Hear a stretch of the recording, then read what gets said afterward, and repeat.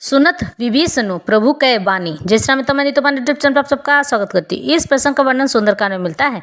इस प्रसंग में विभीषण जी भगवान श्री रामचंद्र जी की वाणी सुन रहे हैं और उस पर अमल कर रहे हैं और कृत होकर उनके चरणों को पकड़ रहे हैं। सुनत विभीषण प्रभु कै बानी, नहीं अगात श्रवणामृत जानी।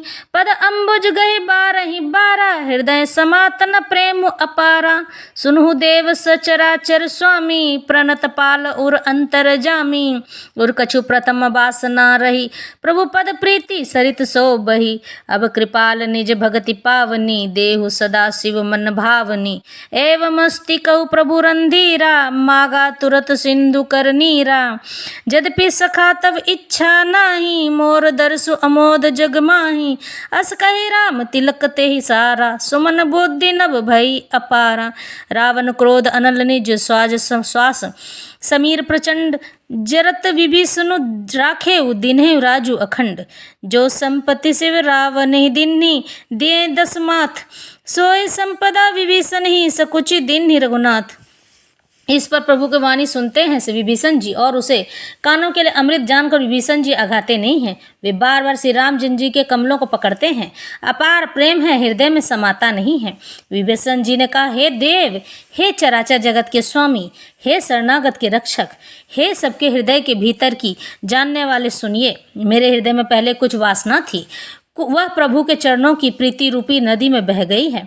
अब तो हे कृपालु, शिव जी के मन को सदैव प्रिय लगने वाले अपनी पवित्र भक्ति मुझे दे दीजिए। एवं मस्तु, ऐसा ही हो कहकर रणधीर प्रभु श्री रामचंद्र जी ने तुरंत ही समुद्र का जल मांगा और कहा, हे सखा, यद्यपि तुम्हारी इच्छा नहीं है, पर जगत में मेरा दर्शन अमोद है, वह निष्फल नहीं जाता है। ऐसा कहकर श्री रामचंद्र जी ने उनको राज तिलक कर दिया।